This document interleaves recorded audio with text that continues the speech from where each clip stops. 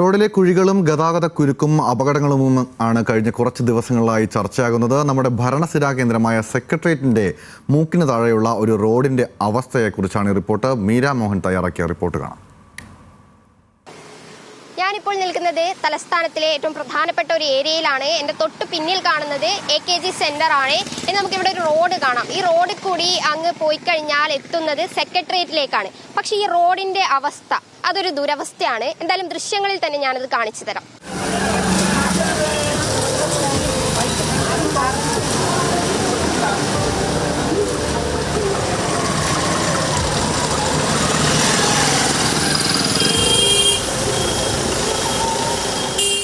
രണ്ട് ദിവസം മുൻപാണ് ഈ കുഴിയിൽ വീണ ഒരു യാത്രക്കാരന്റെ കൈയൊടിഞ്ഞത്. ഈ ദുരനുഭവം ഒരാൾക്ക് മാത്രമല്ല, ഇരുചക്രവാഹന യാത്രക്കാരായ നിരവധി പേരാണ് ഇത്തരത്തിൽ കുഴിയിൽ തെന്നി വീഴുന്നത്. വളരെയധികം പ്രയാസം നിറഞ്ഞ റോഡുകളാണ്.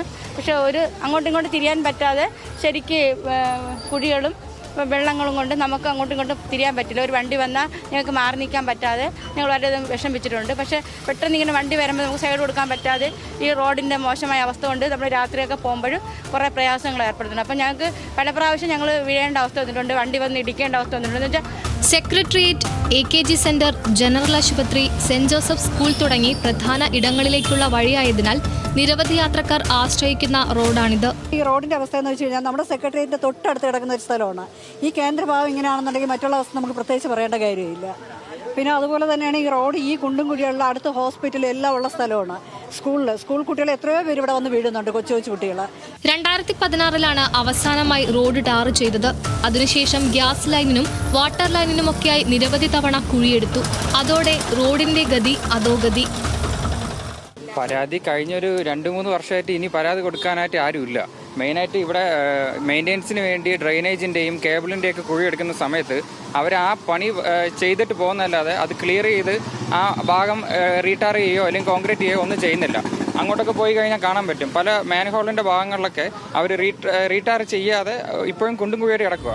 റെസിഡൻഷ്യൽ ഏരിയ ആയതിനാൽ നിരവധി വയോധികരും ഈ റോഡിനെ ആശ്രയിക്കുന്നുണ്ട്.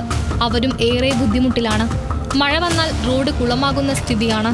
To live in a place which is just behind the secretariat, which is supposed to be a posh locality, but no interest has been taken so far to meet out any of our grievances here. മഴ കൂടുന്ന സാഹചര്യത്തിൽ ഇനിയും അപകടങ്ങൾ വരുത്തിവെക്കാതെ എത്രയും വേഗം റോഡിന്റെ അറ്റകുറ്റപ്പണി നടത്തണമെന്നാണ് നാട്ടുകാരുടെ അപേക്ഷ. ന്യൂസ് മലയാളം, തിരുവനന്തപുരം.